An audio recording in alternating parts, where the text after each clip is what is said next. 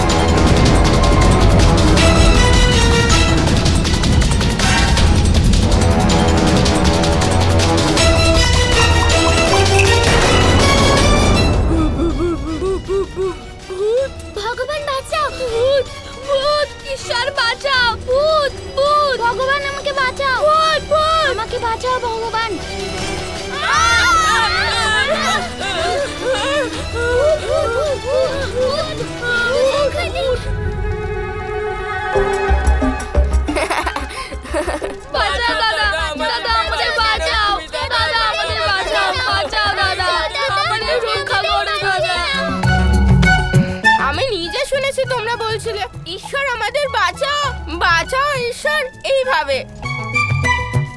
এখন কি হলো? হঠাৎ ঈশ্বরের কথা কেন মনে পড়লো তোমাদের? দেখলে, মানুষ যখনই ভয় পায় বা বিপদের সম্মুখীন হয়, তাহলে সবার আগে সে ঈশ্বরকেই স্মরণ করে।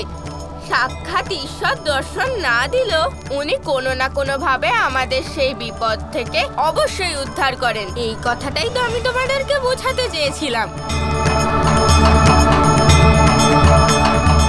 আমাদের কাজ এখানেই শেষ হলো, আর আমরা বিজয়ী হলাম দাদা।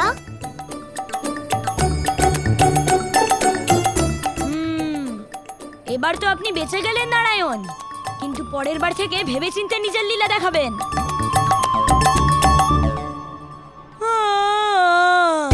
আমার ভীষণ ঘুম পাচ্ছে, আমি যাচ্ছি। আর তাছাড়াও বৃন্দাবনে করার মতো কোনো কাজই আমার বাকি নেই।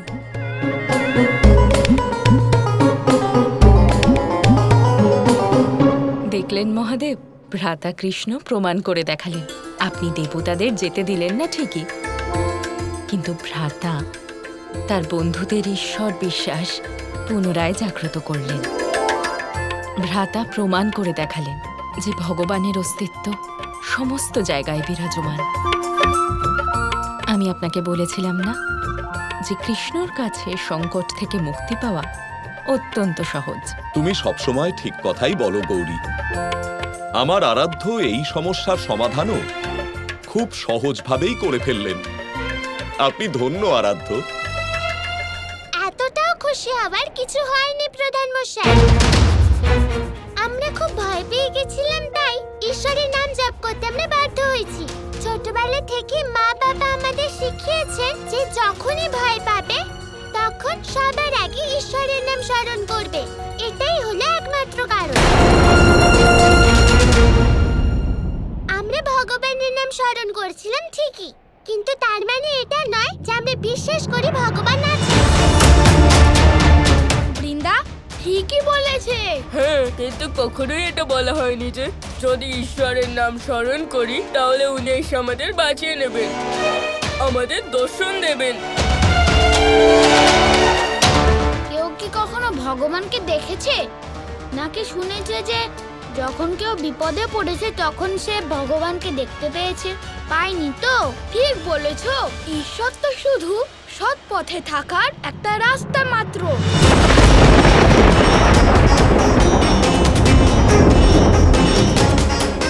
বন্ধুরা, এবার তাড়াতাড়ি বাড়ি চলো, কারণ ভগবানের অস্তিত্বের ব্যাপারে জানি না, তবে তাড়াতাড়ি বাড়ি না ফিরলে আমাদের মায়েরা সত্যিই রেগে যাবে। হ্যাঁ হ্যাঁ, বকবে আর মারবে তোমার, সত্যি।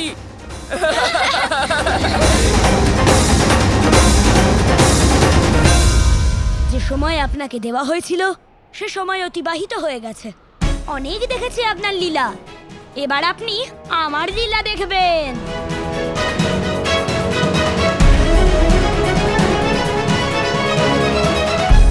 গোপাল, এবার শ্রী গণেশ আমাদের যেই সময় দিয়েছিলেন সেই প্রহর তো এখন শেষ হয়ে গেল। কিছুক্ষণ আগে তো মনে হচ্ছিল যে বন্ধুরা ঈশ্বরকে বিশ্বাস করেছে, কিন্তু বন্ধুরা তো এখনো, অর্থাৎ ওনার ক্রোধ, ওনার রাগের কারণ আমরাই হয়ে উঠব। কিন্তু গোপাল, এবার শ্রী গণেশ কোথায়, কখন, কিভাবে উপস্থিত হবেন? সেটা তো আমিও জানি না দাদা, শুধুমাত্র এইটুকু জানি যে গণেশ অবশ্যই আসবেন। তিনি তার বালক রূপে এসে আমাদের দলের কাজে বিঘ্ন ঘটাবেন, এমন বিঘ্ন ঘটাবেন যা আগে কেউ কখনো দেখেনি। আরে না না গোপাল, এরকম বলো না।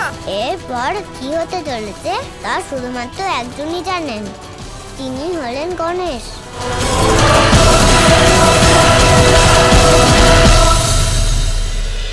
মহাদেব, কোনো একটা উপায় তো থাকবে, দুজনের মধ্যে একজনকে তো বুঝতে হবেই। আমি কি বলবো গৌরী, আমি নিজেই এই পরিস্থিতি নিয়ে চিন্তিত। কারণ একদিকে আমাদের পুত্র গণেশ আর অন্যদিকে আমার আরাধ্য। এখন তো পরিস্থিতি আরো জটিল হয়ে পড়ল। আমি নিজেও চাই না যে আমি আমার পুত্র আর ভ্রাতার লীলায় আবদ্ধ হই।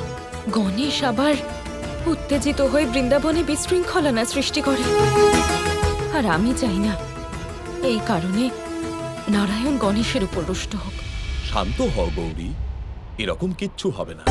আমাদের পুত্র গণেশ অত্যন্ত বিচক্ষণ, বুদ্ধিমান। আর আমার আরাধ্য, তুমি তো জানোই যে উনি ওনার লীলা খুবই চতুরতার সাথে রচনা করেন। কিন্তু মহাদেব, গণেশ এখনো বালক, ও যদি আবার কৃষ্ণর লীলা বুঝতে না পারে তাহলে? এরকম কিছু হবে না।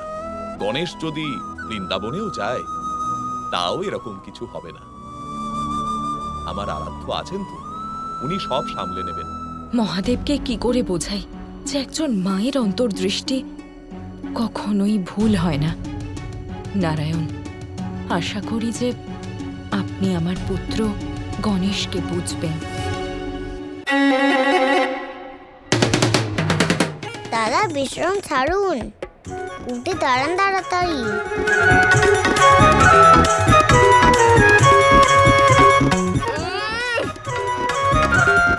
কি করছো গোপাল?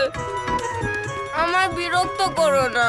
দাদা, আমাদের কিছু ভাবতে হবে, না হলে উনি এখানে এসে সবাইকে বিরক্ত করবেন। কে বিরক্ত করবে? গণেশ। এখন আমরা কি করব? আয়োজন করতে হবে। কিরকম আয়োজন, আর কেনই বা করব? কারণ গণেশ ভয়ঙ্কর কিছু করতে চলেছেন। কি ভয়ঙ্কর করতে চলেছেন সেটা তো জানি না। গোপাল, আমাকে কেন বিরক্ত করছো? আরে, আপনি আবার শুয়ে পড়লেন। বিশ্রাম করব না তো কি করব? শ্রী গণেশ কি করতে চলেছেন তা তুমি জানো না। যখন তুমি জানোই না, তাহলে আমি জেগে থেকেই বা কি করব?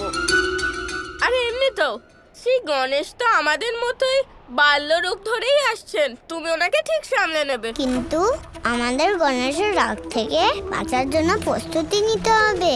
আমাদের যে কোনো পরিস্থিতিতে মোকাবিলা করার জন্য তৈরি থাকতে হবে।